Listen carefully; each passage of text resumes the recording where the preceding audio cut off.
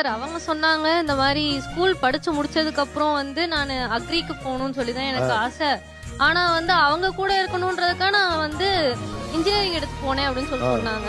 அந்த ஏஜ்ல இந்த டிசிஷன் வந்து டோட்டலா அவங்களோட லைஃபே மாத்தும்ல சார். அப்படி போய் தான் இவனு கட்டி வைக்க மாட்டாங்களே. இப்ப நீங்க ஒரு பொசிஷனுக்கு போயிட்டு நீங்க உங்க வீட்ல பேசுனீங்கன்னா அந்த ஸ்டேஜே வேற மாதிரி இருக்கும். நம்ம பேசுறதுல தாங்க இருக்கு. எங்க அப்பா ரொம்ப கஷ்டப்பட்டாங்க. ஒரு வருஷம் நான் ஊருக்கே வரல, சென்னையில தான் நான் ஒர்க் பண்ணேன். எங்க அப்பாவே கண்ணால பார்க்க கூடாதுங்கிறதுக்காக நான் ஊருக்கு வரல. அவ்வளவு கஷ்டப்பட்டேன். ஆனாலும் எனக்கு 2 பேரும் வேணும், இவரையும் தனியா விட்டுறக்கூடாது, எங்க அப்பாவும் எனக்கு வேணும்.